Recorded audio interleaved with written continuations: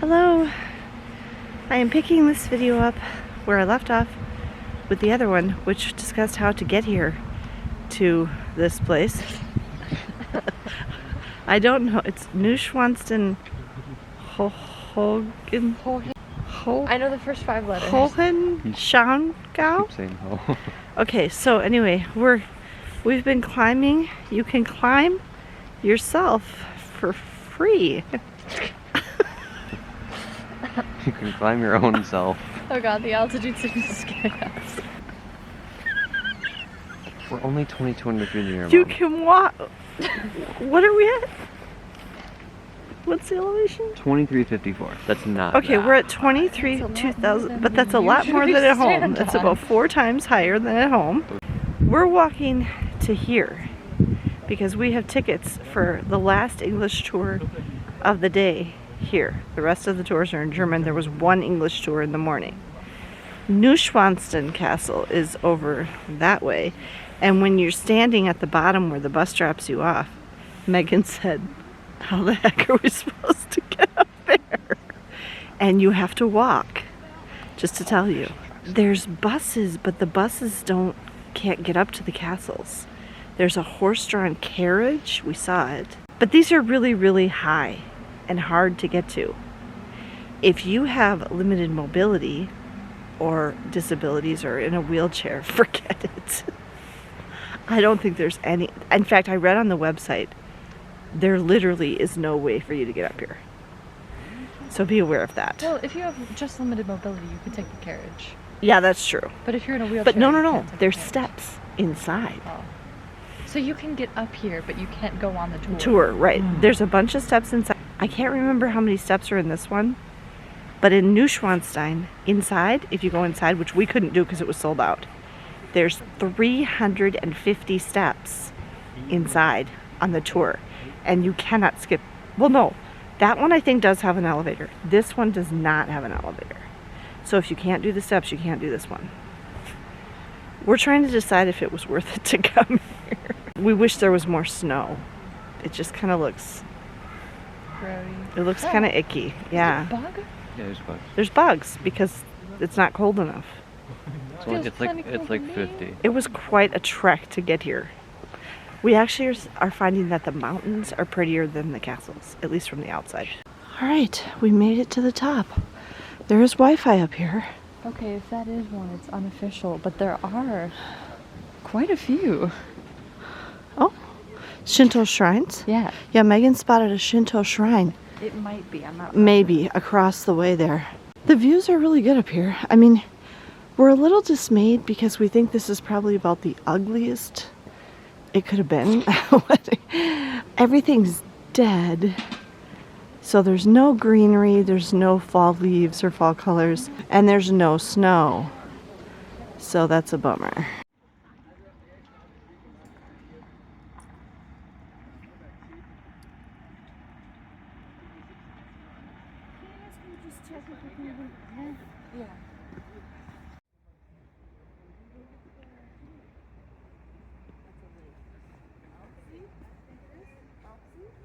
These are all like hotels and restaurants down here. Basically just hotels. And the UPS truck making a delivery. It was very difficult for me to get up here. I have a pretty serious heart condition. And it took me how long did it take me to walk up here? Not too long. I don't know. It wasn't easy. It's a mix of steps and ramps. But it is quite scenic up here. And we will get to go on our tour. That's a lake. Alpsee, I think it is. Alpsee?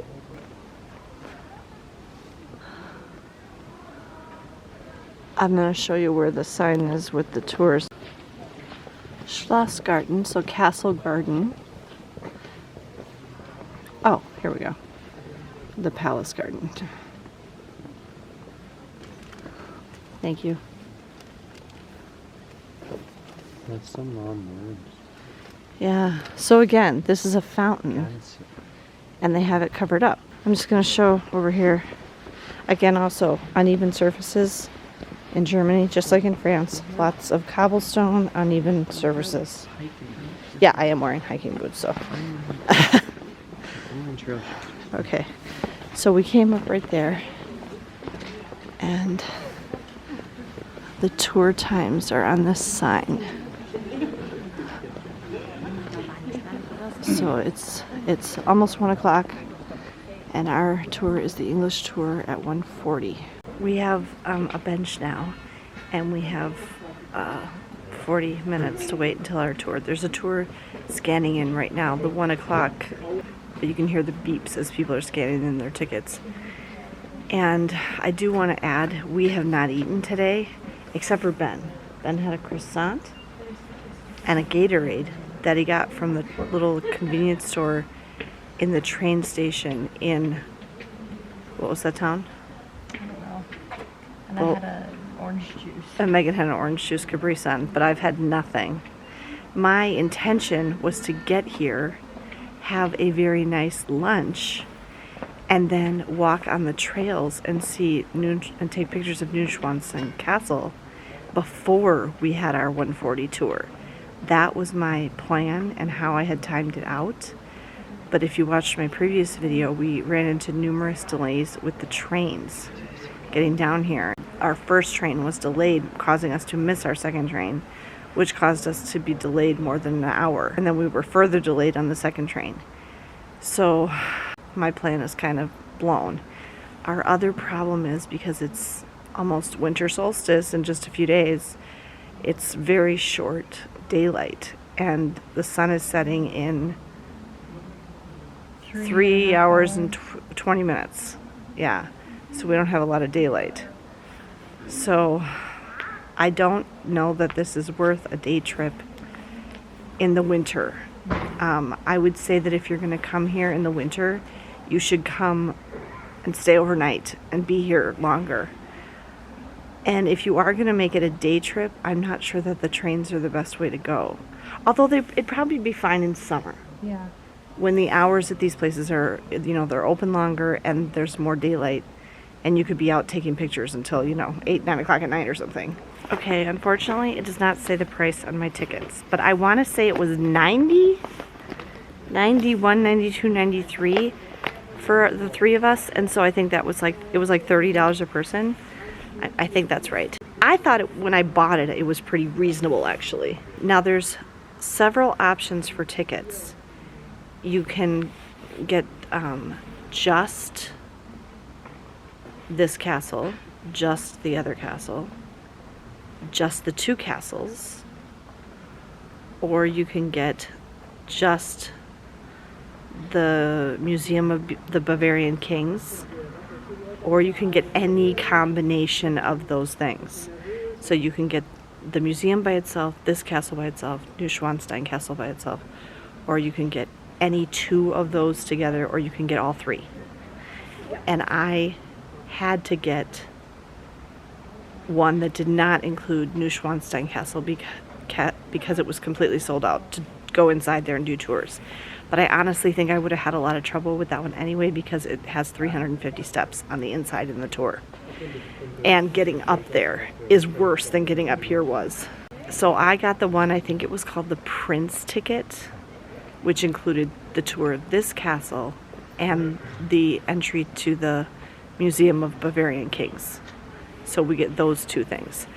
We are still planning on trying to get out to where there are better views of Neuschwanstein Castle so we can take exterior photos, which that you can do for free. Unless I think you pay if you want to take some kind of transportation out there rather than walking. We just got done with our tour of the castle we can't pronounce. But we're really glad we got to do that. It was really, the light is terrible. Oh my Why don't we goodness. just sit on that bench? Yeah. It was really, really good. And our tour guide, Federica, she was German, but her English was very good. And she was a very good tour guide. She gave very detailed, interesting information. I liked the pace and just the way she described everything. She was humorous. She was funny, and she kind of put little jokes in there and stuff, and she did a terrific job. She showed us 11 rooms.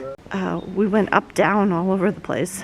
And I'm actually glad that this is the castle that we toured. This one is older, and this one was an actual family home.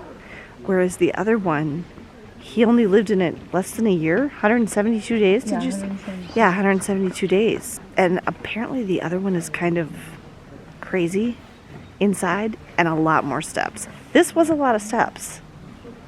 Very small stuff. Yeah. Yeah, it was a lot of steps. You go up at the beginning. You go up from like down here to the first floor, and then we went up to the second floor, and then you had to go all the way back down in one go at the end. Yeah. And they were like big spiral steps. But it was very beautiful. We were not allowed to take photos or video inside. But it was very, very pretty. The thing I was most impressed with was the paintings. There were these absolutely gorgeous paintings on the walls in every room. And she explained to us that they were original. She said the only thing they've repaired is the cracks. They haven't done anything with the colors. It was very cold in there. Like, I mean, we kept our coats and I even had my gloves on for most of it. And she explained that the type of heating that they use, which she explained in the tour, they don't use it anymore because it would damage the paintings. So they don't want to use it. And so they just keep it cool in there. Yeah. And she had her coat on. She had her big, huge winter coat on. So just know that it's going to be cold in there. I don't think kids, you know, younger kids would get anything out of it at all. No, definitely I don't think not. that don't take your kids. It's very interesting for people who like history and like historical architecture. Even the history of, I guess, Architecture and art. and art, yeah. What am I trying to say? Are they a royal family? Yeah, I mean, they were part of The monarchy. of Bavaria. So, I mean, there was the whole history of the family and everything. It was really interesting. So, it was a very good tour, and I'm really glad we got to do it. And I'm glad we got to do this one, because I bet a lot of people overlook it. Yeah. And then we just went in the little gift shop, which is over in the separate house, which they explained to us the kids lived over here. So the king basically had the queen had the whole first floor. The king had the whole second floor. But there's a secret. I'm not going to tell you. You'll have to come on the tour. Okay, but the kids lived over in this building, which is, Now the gift shop. this is not a small, you know, little thing at all. I mean, it has 2 floors and a I tower. noticed there are even paintings on the side of this building. Yeah, Our house is smaller than that one. yeah, no kidding. And the kitchen, the original kitchen is in there, and you can see it when you go in the gift shop. There's like a mannequin set up in there, like pretending to cook. And there's a lovely little gift shop in here, and we bought a few things. Didn't they have servants back then? Yeah, probably. These They are wouldn't be schoolhouse cooking. servants. They talked about she talked about the servants, Yeah, I know that. how they would go in the walls. I know. And that's where the expression, the walls have ears, come from. We had a very nice meal, our one meal of the day, our first real meal of the trip, honestly, at Muller Hotel and Restaurant. It was very good, and the service was very good. It's almost 5 o'clock, and the museum closes at 5, and I don't actually know where it is. It's somewhere down here, but it's almost 5, and we're not going to make it. So the lights on the castle look really cool. And also, it's getting dark. Oh, we met another couple. I don't know if they were brother and sister. I don't know what they were on our tour that were also from Wisconsin. So that was pretty cool. So we talked to them for a little while. They were going to Lucerne in Switzerland after this.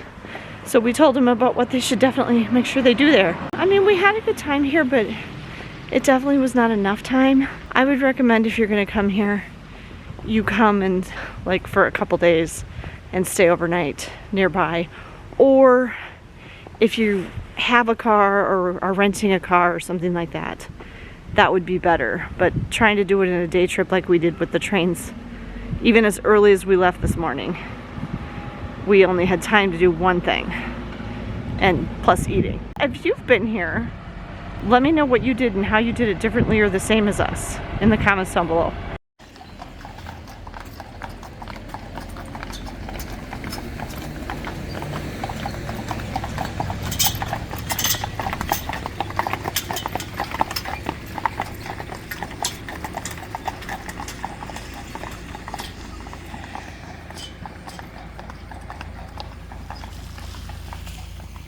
Hello everyone, I'm back in the hotel, just had a shower. It's 10:30 at night. I got up at 6 a.m. today. This was a 14-hour, 10-minute day trip. We left the hotel at 7:30 this morning, and we did not get back to the hotel until 9:40 this evening.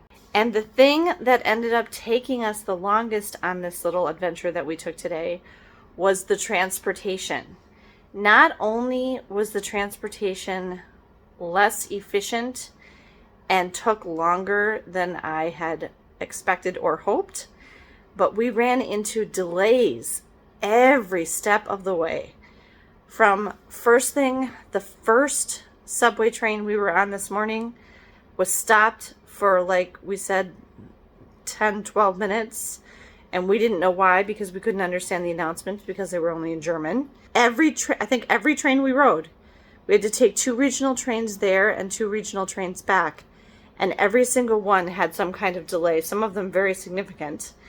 And that really slowed us down and added a lot of time to our day.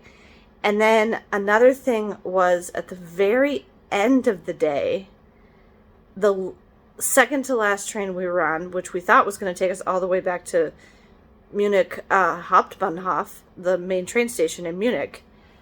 One stop before we get to the main train station, they just stopped the train and make an announcement and that we didn't understand, and everybody got off the train. And then it said it was going back to Buchloe. We're like, what's going on? And yet again, this was another example of a time that I had to go up to some stranger and ask them, Entschuldigung, sprechen Sie English? Can you tell me what the announcement said? Because they don't repeat it in English. They only say it in German. So you need to be prepared for that in Germany, everything's pretty much just in German. People don't speak English as much as you would find. In Switzerland, the signs were in both German and English everywhere, weren't they, Ben? Yeah.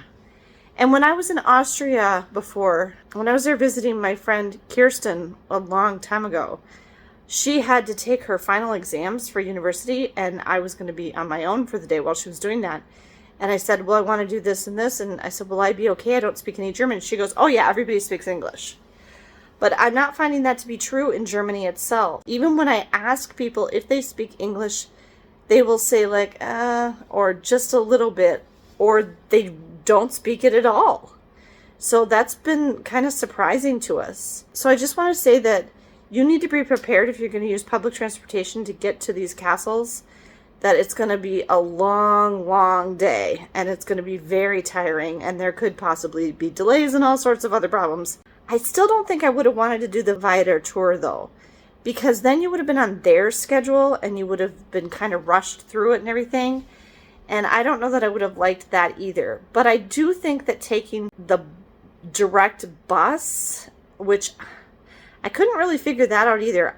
It looks like Flixbus goes direct, but that wouldn't have been part of our Bayern ticket, our Bavaria pass. But that's an option.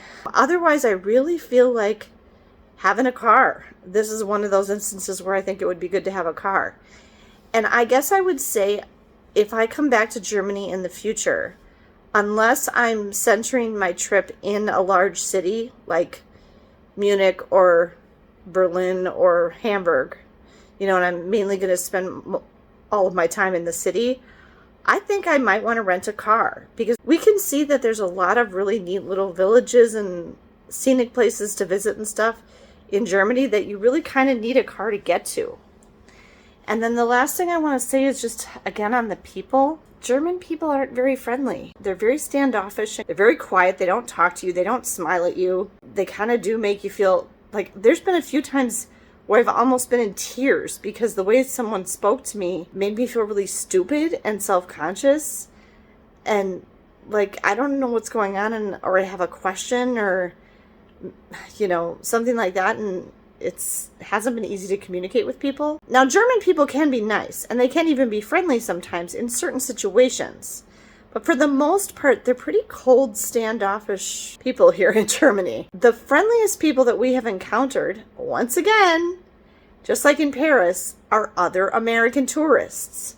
We talked to a bunch of different American tourists today, and the American tourists, when we kind of like hear each other or see each other and or end up in similar situations kind of congregate together and, you know, exchange notes and things like that and talk to each other and kind of help each other figure things out.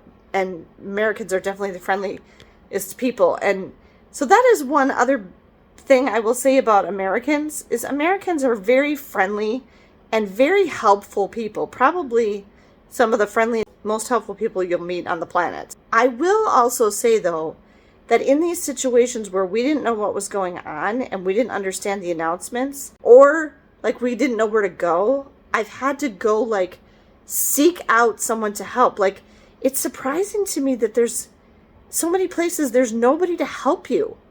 Like, there's nobody in the train stations or anything like to ask a question or whatever. There's been a couple times where we had to like go find someone and then ask them. Now, in that situation, they're still pretty quiet and standoffish, but they will show you where you need to go. You know, the one guy in the train station actually like led us there and then explained what to do and, you know, things like that. But the other people that I really give props to are the people like on the trains and on the buses and stuff when we haven't understood the announcements. When I ask them what they said, they're very happy to help me and tell me what they said. This last one where we didn't realize the train wasn't going to go on to the Munich main station, I asked this young woman and she's like, this train's not going to go to the Munich main station. You need to get off and go over to that platform over there, you know. So she like went the extra mile to tell me what to do next. So when you do have to talk to someone, they definitely will help you and answer your questions. And that's been true in every case. Those are just some things I think you need to be aware of when you're traveling around Germany.